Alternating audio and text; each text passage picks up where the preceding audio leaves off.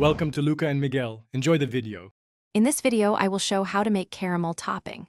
Heat 1 cup sugar and 1/4 cup water over medium heat, swirling pan without stirring until liquid turns amber. Immediately remove from heat and slowly whisk in 1/2 cup warm cream and 2 tablespoons butter until smooth. Add a pinch of salt and let cool slightly before pouring. Taste and adjust salt for balance.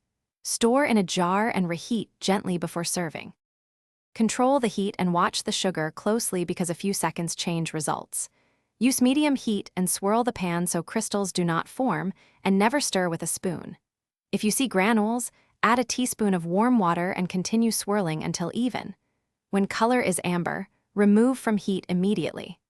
Adding warm cream slowly prevents splatter and keeps texture silky for topping or drizzling. If you're enjoying this guide, please subscribe and like so you don't miss future recipes.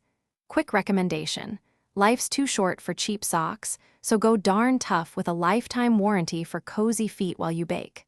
I wear them during long kitchen sessions, and they keep toes comfy and blister-free. Check the description for the link and other deals, and now let's get back to the video. Experiment with additions to make the caramel yours. Stir in 1/4 teaspoon flaky salt for salted caramel or swap regular butter for brown butter to add nutty depth. Warm the cream with a split vanilla bean, coffee grounds, or citrus zest and strain before adding to the caramel for an aromatic lift. Small tweaks change the profile from sweet to complex and keep your topping interesting for different desserts. Thanks for watching and please subscribe. It's the best investment you'll ever make.